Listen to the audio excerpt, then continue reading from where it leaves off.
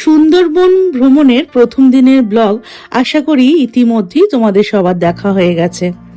আজ আমি এই ব্লগের মাধ্যমে তোমাদের সাথে শেয়ার করতে চলেছি সুন্দরবন সফরের দ্বিতীয় দিনের অভিজ্ঞতা। আজ দেখাবো আমাদের জঙ্গল কুইন বোটের ডেকের ভিডিও, বোটের রান্নাঘরে কিছু মুহূর্ত। আজ আমরা বেশ কয়েকটা দর্শনীয় স্থান ঘুরে দেখব, আর কি কি প্রাণী দেখতে পেলাম সেটাও তোমাদেরকে জানাবো। আজ সুন্দরবনের কোর এরিয়ার ভেতরে ঢুকবো। ব্রেকফাস্টে কি ছিল, লাঞ্চে কি খেয়েছি, সবটাই থাকবে আজকের ব্লগে। তার সাথে ম্যানগ্রোভ অরণ্যের প্রাকৃতিক সৌন্দর্য তো রয়েছে। পুরো দিনটা কিরকম কাটলো, কিরকম অনুভূতি হলো, সবটাই তোমাদের সাথে ভাগ করে নেব। তো চলো আজকে ব্লগটা শুরু করা যাক।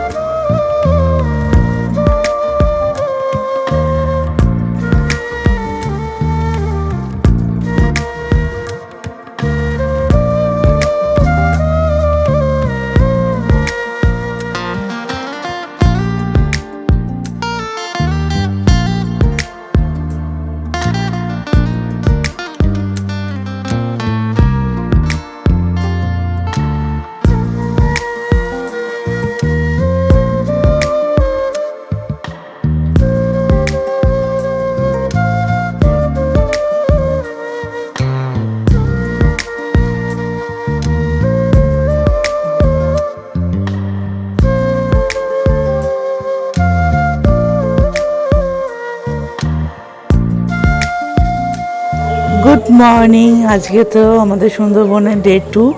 তো আজকে একদম সুন্দরবনে একদম কোর এরিয়ায় আমরা ঢুকবো, সেটুকু ইনফরমেশন আমাদের কাছে আছে। তো এখন সকাল সকাল সবাই চাটা খেয়ে একদম স্নান টান করে রেডি, আর এখন উঠবো হচ্ছে বোটে। আর বোটেই আমাদের ব্রেকফাস্ট দেবে, ওখানেই লাঞ্চ হবে, আর কোথায় কোথায় ঘোরাবে সবটাই তোমাদের সাথে আমি শেয়ার করব। তো চলো দেখতে থাকো আজকের ব্লগটা। আশা করি আগের দিনের ব্লগের মতো আজকের ব্লগটাও তোমাদের খুব ভালো লাগবে। তো চলো ব্লগটা এখান থেকে আজকে স্টার্ট করি। এই যে আমাদের রিসোর্টটা, এখানে আমরা ছিলাম রাত্রিরে। আর এই সামনেটা এরকম জমি আছে, আর যেখানে চাষবাস করছে এরা। স্যার এখন রেডি। মর্নিং। আর ওইখানে একটা পুকুর আছে, দেখি চলো গিয়ে। পুকুর আছে, এদিকে ধান ক্ষেত আছে আমাদের এই হোটেলের পিছনে।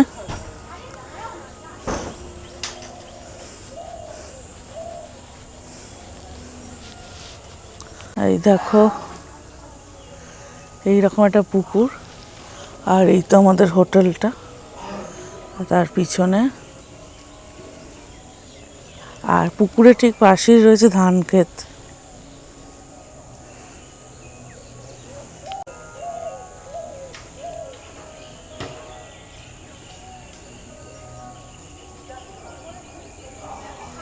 চলে এলাম পাখিরালয় ফেরিঘাটে, আর এখন আবার বোটে উঠছি আমরা।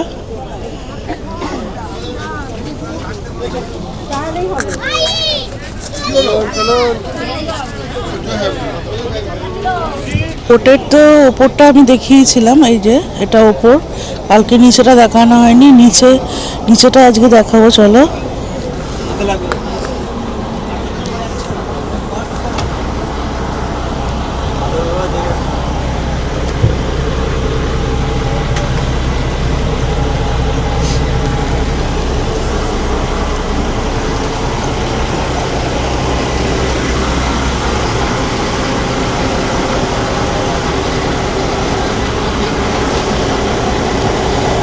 তো নিচে এইরকম বেড করা আছে, বয়স্ক মানুষ বা বাচ্চা কাচ্চা যারা রেস্ট নেবে নিচে এসে রেস্ট নিতে পারে। এই যে এরকমভাবে বেড করা আছে, আর এখানে লাগেজ টাগেজও রাখা যাবে। আর এদিকে আছে হচ্ছে টয়লেট।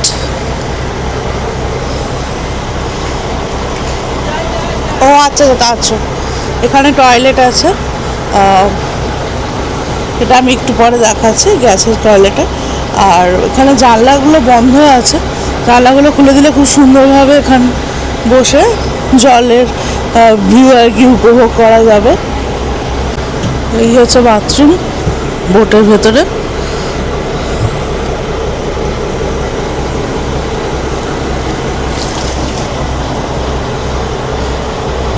তো এই হচ্ছে ওপরে এসে গেলাম, এখনো বোট আমাদের ছাড়েনি।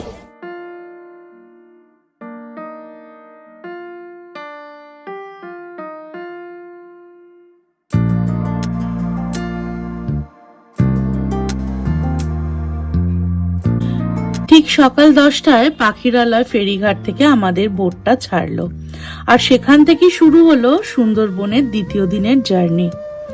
আকাশে ঝকঝকে রোদ, নদীর জলে পড়ে সেই সূর্যের আলো এমন সুন্দর ঝিলিক দিচ্ছিল যে চোখ ফেরানোই মুশকিল। বোট আস্তে আস্তে এগোতে থাকলো, আর আমরা মুগ্ধ হয়ে সেই দৃশ্য ক্যামেরায় ধরে রাখছিলাম।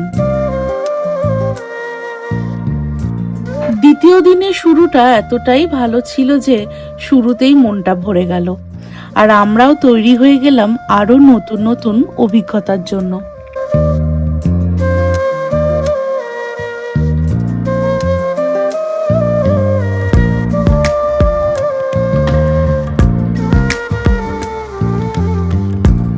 এবার একটু বোটের কিচেনটা ঘুরে আসি। এই নিচে দিয়ে নেমে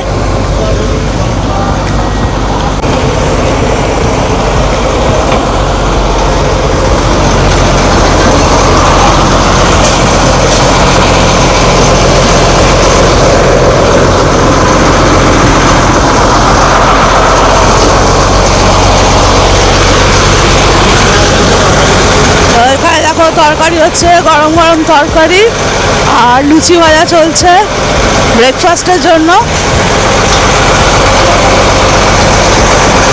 কি আলুর দম? আলুর দম হচ্ছে, আর এখানে হচ্ছে লুচি, আর দুপুরে রান্না বান্না সরঞ্জাম চলছে।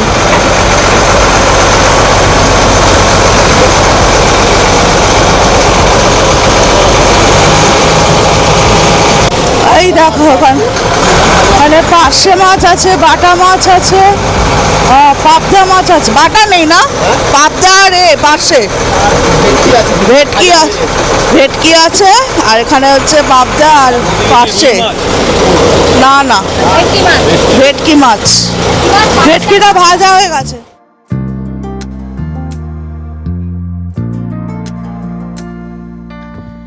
চলে এলাম সজনেখালি ওয়াইল্ড লাইফ স্যাংচুয়ারিতে।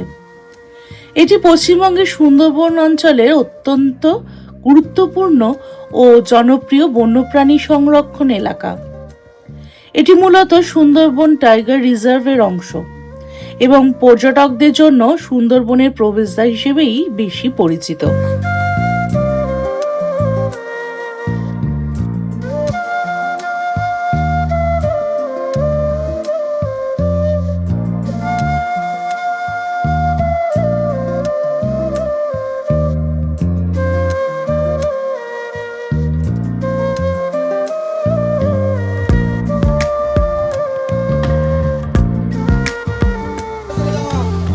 সকলকে সুপ্রভাত।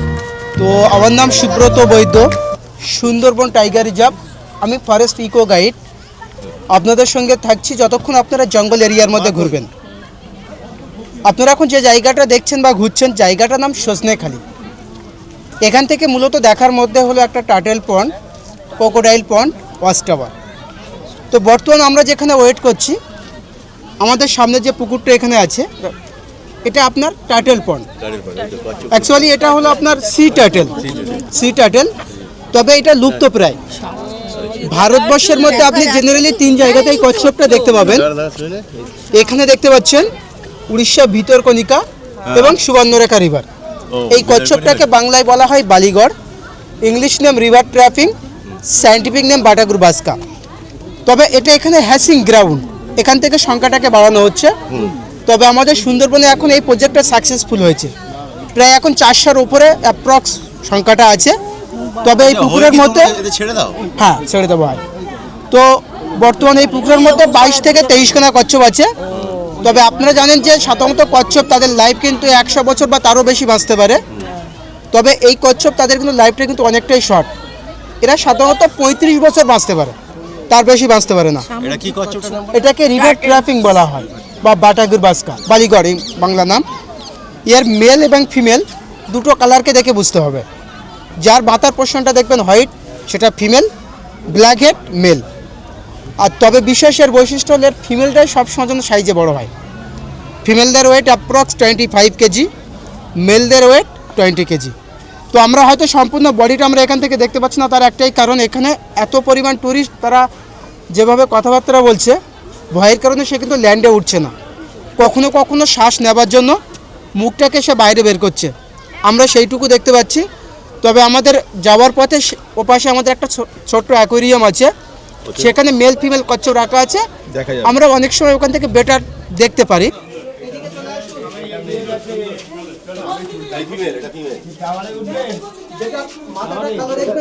এটা ফিমেল, সাদাটা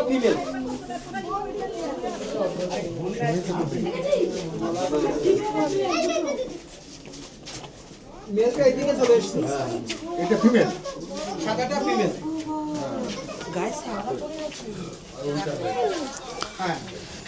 এদিকে দেখেছেন, এখান থেকে সাদাটা হচ্ছে ফিমেল, এইটা হচ্ছে ফিমেল কচ্ছপ,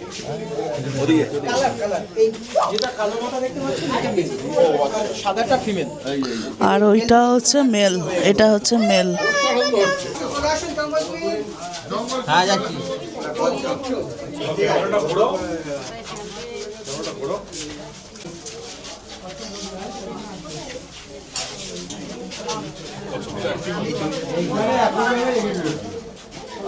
এখানে কুমির দেখা যাচ্ছে।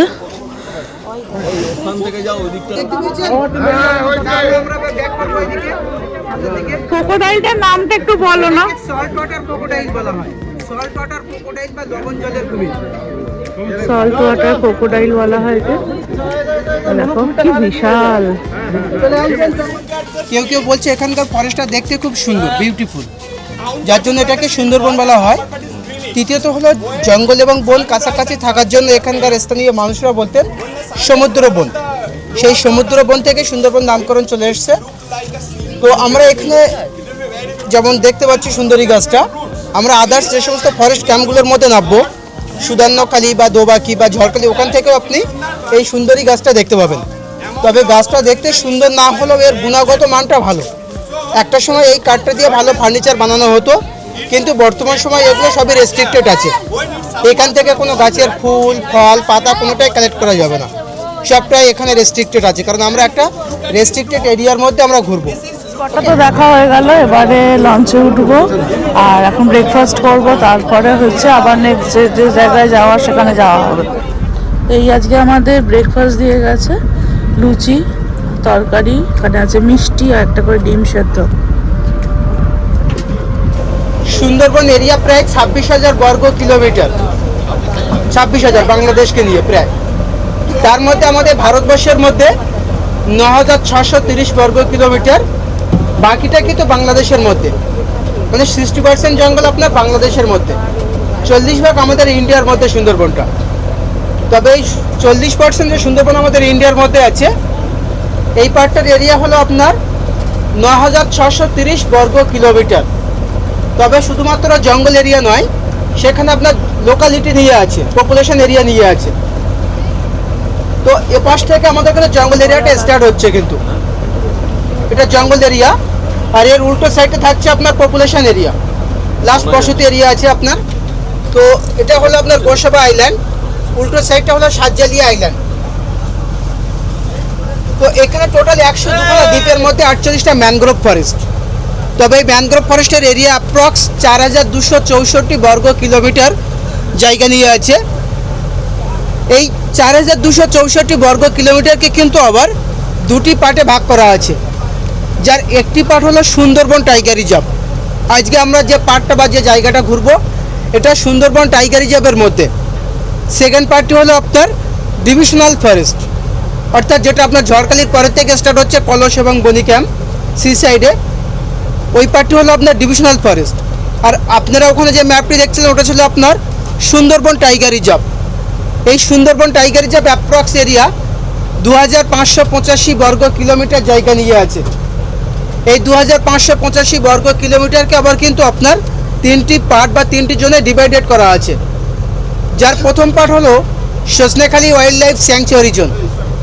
আমরা যেখান থেকে স্টার্ট করলাম সজনেখালির থেকে এবং দোবাকি পর্যন্ত, এটা হলো স্যাংচুয়ারি পার্ট। এই স্যাংচুয়ারি পার্টের মধ্যে তিনখানা ওয়াচ টাওয়ার আছে। প্রথম সজনেখালি আপনারা দেখে এসছেন, এরপরে সুধার্ণখালি যাচ্ছেন এবং থার্ড এবং লাস্ট দোবাঙ্কি। এটাই হলো আপনার স্যাংচুয়ারি পার্টের লাস্ট পয়েন্ট। তবে স্যাংচুয়ারি পার্টটা মূলত সেখানে শুধুমাত্র ট্যুরিস্ট পারমিট থাকে, সেখান থেকে কোনো ফিশিং বা হানি কালেকশনের পারমিশন থাকে না। আমাদের পিছন দিকটা অর্থাৎ এই পূব সাইডে আমাদের যে সুন্দরবন এরিয়াটা আছে ইন্ডিয়ার মধ্যে, এই পার্টটিকে বলা হয় buffer area. Buffer area approx 893 বর্গ কিলোমিটার জায়গা নিয়ে আছে। যেহেতু এখানকার লোকাল মানুষ তাদের জীবন জীবিকা মধু সংগ্রহ, মাছ ধরা, কাঁকড়া ধরা, লিগ্যাল পারমিশনটা আপনার বাফার এরিয়ার মধ্যেই থাকে, যেটা আমাদের উল্টো সাইড পার্টটাতে আছে। তার সাথে সাথে ওখানেও কিন্তু আপনার ট্যুরিস্ট পয়েন্ট আছে, বুড়ির ডাউরি, হরিখালি এবং ঝিঙাখালি। তবে যদি কখনো আপনারা বুড়ির ডাউরি ওয়াচ টাওয়ারে যান, ওই টাওয়ার থেকে পাশের যে জঙ্গলটা দেখতে পাবেন সেটি হলো আপনার বাংলাদেশ সুন্দরবন। এমনই একটি নদী দিয়ে বাংলাদেশ এবং ইন্ডিয়াকে ডিভাইডেড করা আছে, যার নাম হলো আপনার রায়মঙ্গল নদী, এবং ওর ওপরের দিকে আছে আপনার কালিন্দী ইন্টারন্যাশনাল বর্ডার, যা বাংলাদেশ এবং ইন্ডিয়াকে ডিভাইডেড করছে। তবে এখানকার প্রত্যেকটা বন্য পশু তারা কিন্তু খুব ভালো সাঁতার কাটতে পারে। বিশেষ করে রয়্যাল বেঙ্গল টাইগার, সে কিন্তু খুব এক্সপার্ট। মিনিমাম সে 5 থেকে 7 কিলোমিটার নদী একটানা ক্রস করতে পারে। তার কাছে এটা কিন্তু কোনো ব্যাপারই নয়। সেই কারণে কিন্তু এখান থেকে জঙ্গল এরিয়াটা কিন্তু আপনার লাইলন জাল দিয়ে আটকানো আছে। তার একটাই কারণ হলো সে যেন এখান থেকে পেরিয়ে আপনার লোকাল সাইডের মধ্যে না যেতে পারে। তবে এখানকার বন্য পশুদের মধ্যে বাঘের জন্য কিন্তু মূলত এই ফেন্সটা দেওয়া আছে। এটা ওর জন্য একটা সাইকোলজিক্যাল ব্যারিয়ার, অন্য কিচ্ছু নয়। ও চাইলে কিন্তু এটাকে নষ্ট করে দিতে পারে, কিন্তু এটা সে ভয়ের কারণে কিন্তু সে নষ্ট করছে না। এটাকে দেখে সে সবসময় জন্য অ্যাভয়েড করছে, এগিয়ে যাচ্ছে, ওর থেকে সাইড হয়ে যাচ্ছে। তবে আমরা যেখান থেকে এন্ট্রি করব জঙ্গল এরিয়া, সেখানে কোথাও কিন্তু আর কোনো লাইলন ফেন্স থাকবে না। তো সেই কারণে ওখানে যে রায়মঙ্গল নদীটা আছে, ইন্টারন্যাশনাল বর্ডার বলছি, কখনো কখনো এখান থেকে বন্য পশু পেরিয়ে আপনার বাংলাদেশের মধ্যে চলে যাচ্ছে, আবার বাংলাদেশ থেকে এখান চলে আসছে। এবং আমাদের টাইগার রিজার্ভের লাস্ট পার্ট হলো আপনার কোর এরিয়া। কোর কথার অর্থ হলো রেস্ট্রিক্টেড এরিয়া বা ন্যাশনাল পার্ক। এই ন্যাশনাল পার্ক অ্যাপ্রক্স এরিয়া 1330 বর্গ কিলোমিটার জায়গা নিয়ে আছে। তবে টোটাল এই জায়গাটা কিন্তু রেস্ট্রিক্টেড। শুধুমাত্র একটি মাত্র পয়েন্ট ট্যুরিস্ট যেতে পারে, নেতি ধোপানি ক্যাম্প। আদারওয়াইজ অন্য কোনো ক্যাম্পে কিন্তু ট্যুরিস্ট যেতে পারে না, সবটাই রেস্ট্রিক্টেড কিন্তু, কারণ ওটা কোর এরিয়া। কোর এরিয়ার মধ্যে কারোরই পারমিশন থাকে না। সেখানে ফরেস্ট ডিপার্টমেন্টের আপনার ফ্লোটিং ক্যাম্প আছে। সজনেখালি ক্যাম্প আপনারা যেমন ঘুরে এসছেন, সেখানেও ঠিক এরকমই ফরেস্টের ক্যাম্প আছে, যেগুলো এক একটা বিট অফিস। তো তারপরেই শুরু হচ্ছে আমাদের বে অফ বেঙ্গল বা বঙ্গোপসাগর। এটা হলো আমাদের সুন্দরবনের এরিয়া। তবে বর্তমানে আমাদের সুন্দরবন ফরেস্টের মধ্যে এখন অ্যানিমালসের মধ্যে হলো রয়্যাল বেঙ্গল টাইগার। তবে এখন সুন্দরবনের রয়্যাল বেঙ্গল টাইগারের সংখ্যা কিন্তু বাড়ছে, অ্যাপ্রক্স 100+ এখন টাইগার।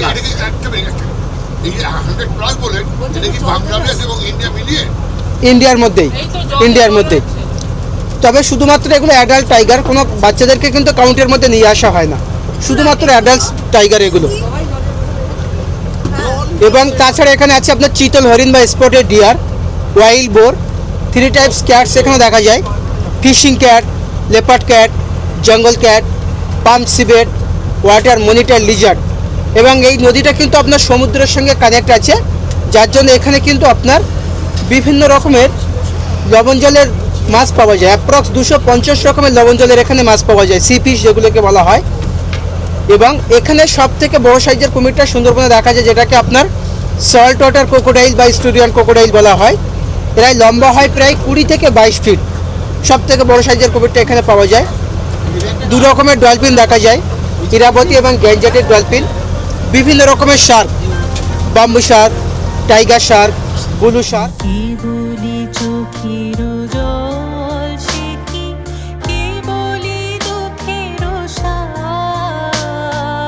লোকে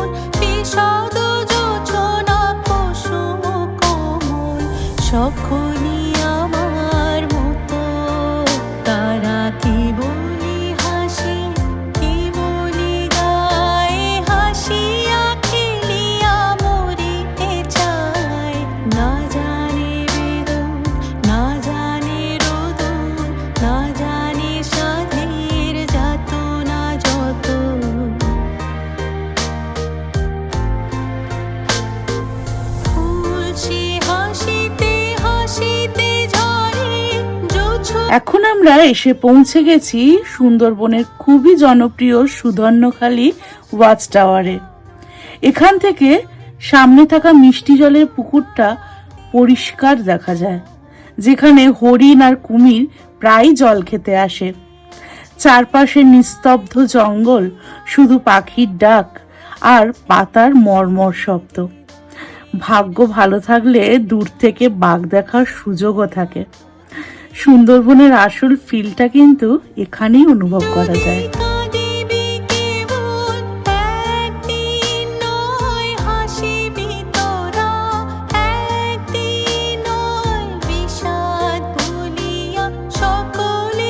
ওয়াচ টাওয়ারে উঠছি, দেখি বাঘ মামা কোথায় দাঁড়িয়ে আছে আমার জন্য। ওয়াচ টাওয়ার থেকে ভিউ।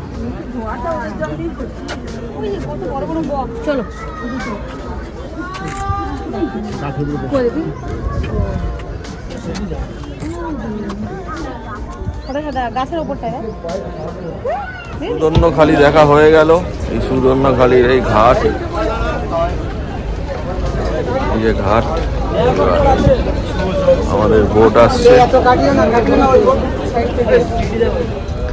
এই হচ্ছে হেতালের জঙ্গল, হেতাল গাছের জঙ্গল। আর বাঘের গায়ের রঙের সাথে এই গাছের রঙগুলো মিশে থাকে, মানে এই ভেতরে ভেতরে বাঘ থাকে লুকিয়ে। যাদের কপাল লাগে তারা দেখতে পাবে। যদি এসে যায় তখন কি করবে? হুশ হুশ তুই ভেতরে যা। এখানে দিয়ে গেল এখন মাছ ভাজা। কি মাছ দিচ্ছে দেখি? পার্শে মাছ।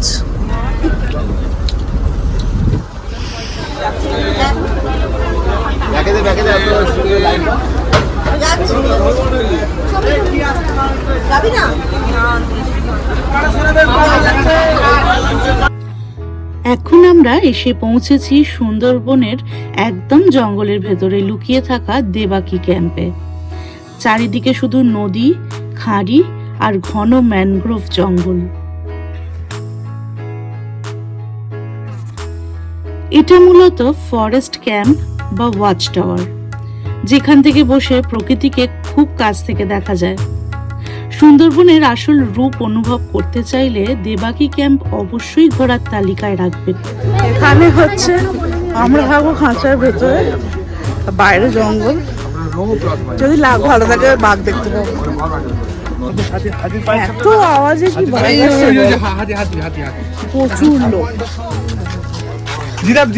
রেস্ট এরিয়া করা আছে মাঝে মাঝে।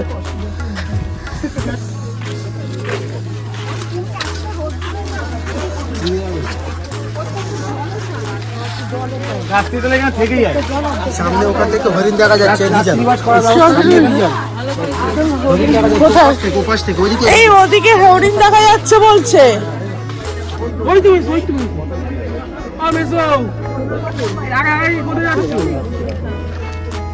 দেখছে ও ছবি তুলছে, সবাই মিলে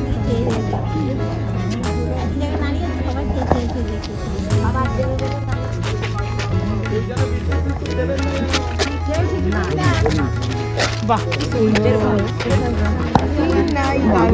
ঝিরে পড়ে যাবে।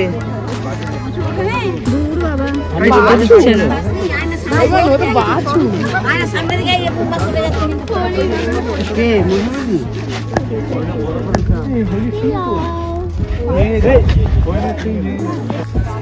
আমরা এখন ওয়াচ টাওয়ারের উপরে, আর এখান থেকে এইরকম দেখা যাচ্ছে পুরো ফরেস্টটা।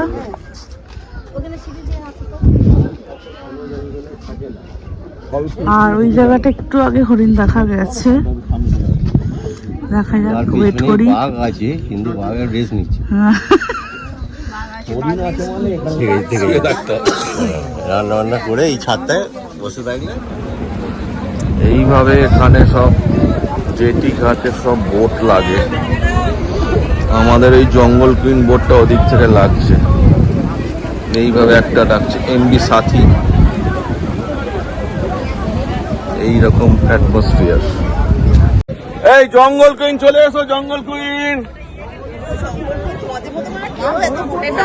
হ্যাঁ জঙ্গল কুইন চলে এসো, চলে এসো।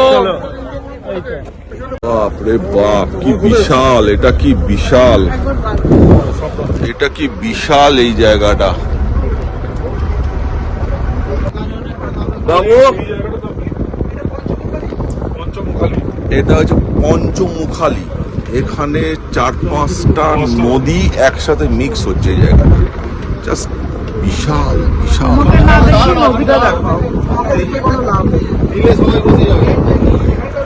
বিশাল জায়গা এটা।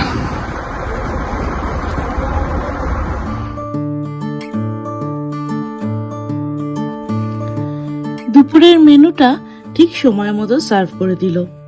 আজকে লাঞ্চে আমাদের জন্য ছিল গরম গরম ভাত, ডাল, একটা ভাজা আর মিক্সড সবজি। মাছের মধ্যে ছিল ভেটকি মাছের কালিয়া আর পাবদা মাছের ঝাল, সঙ্গে চাটনি পাঁপড়। জঙ্গল ভ্রমণের মাঝে এমন ভরপেট লাঞ্চ সত্যি দিনটাকে আরো উপভোগ্য করে তোলে।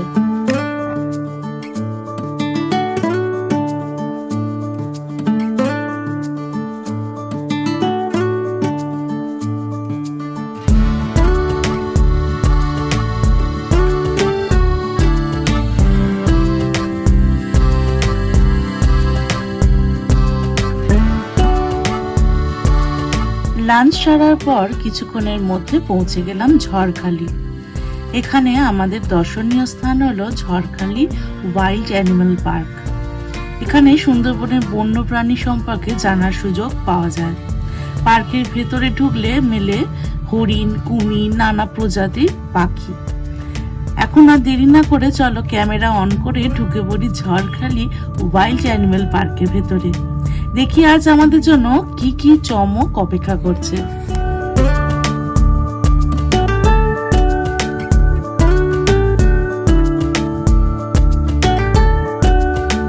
তো এই জুতে ঢোকার জন্য টিকিটের মূল্য জনপ্রতি হচ্ছে 30 টাকা, আর বিশাল ভিড় এখানে টিকিট কাউন্টার। এই অবস্থা টিকিট কাউন্টারে এখন, শুধু কালো কালো মাথা ভর্তি। ভিড়ের চোটে অ্যানিমেলরা কি আর বেরোবে, ভয়তো ভেতরে ঢুকেই যাবে।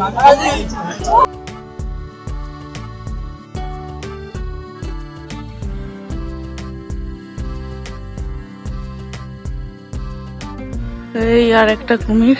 ও জলে ঘুমায় তো, ও সবই জলে।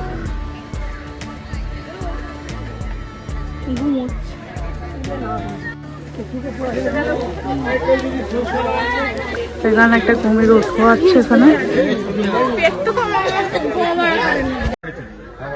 এই যে বাঘ এখানে এখন ঘুমাচ্ছে, পিছনটা দেখা যাচ্ছে, শুয়ে আছে এখন বাঘ।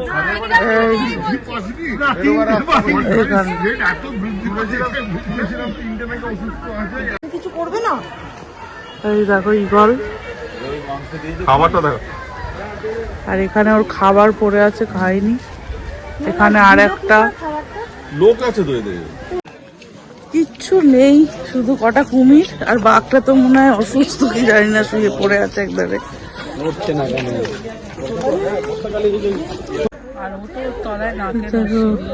কুমির, এই যে মাথা, এইখানে কুমির একদম সামনে জলে ভাসছে। আর ওই তো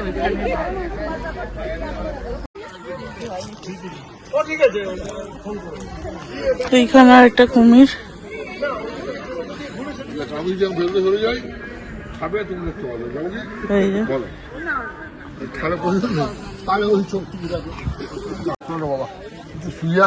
লাঞ্চ করে এখন ঘুমাচ্ছে। আমার যা চোখ তো কিছুই তোকে দেখতে পাবে না, হলুদ রংটা দেখতে পাবে। ঠিক আছে, পিছন দিকে শুয়ে আছে। ওটাই সুন্দরবন খুশি, আমরা সবাইটাই খুশি। তো সুন্দরবনে এসে বাঘের পিছনটা তো দেখে গেলাম। বাঘকে দেখলো, বাঘ বাঘ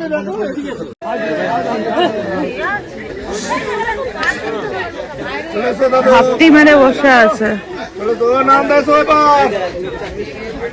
ন্যাশনাল ওয়ার্ড। এখানে ময়ূর পেখম মেরেছি। ওদিকে দেখবো তো, ঘুরে ঘুরে দেখাচ্ছে। বাহ বাহ বাহ বাহ, কি সুন্দর পোজ দিচ্ছে। ওই দিকটা থেকে এদিকে ফের বাবা একটু এদিকে। এই তো গুড গুড, কথা শুনছে। হ্যাঁ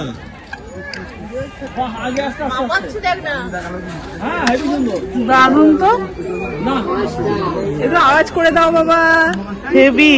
একটু ডেকে দাও তো। মুতি বলতে মুতি আওয়াজ করছে। এই গলার এখানে কালারটা দেখ, সত্যি কি সুন্দর না? ও ময়ূর, তুমি পেখম মেলো না। পিছন সামনে সব ঘুরিয়ে ঘুরিয়ে দেখিয়ে দিচ্ছে। যা 30 টাকা এখানে উঠে গেল। কি সুন্দর। আমার দিকে দেখাচ্ছে। সবাইকে দেখাবে, খাওয়া কাজ করবে না। আজকের মতো এখানেই শেষ আর কি। এবার হোটেলে ফিরবো, কিছু দেখাও হলো না, মানে এত হাঁটা।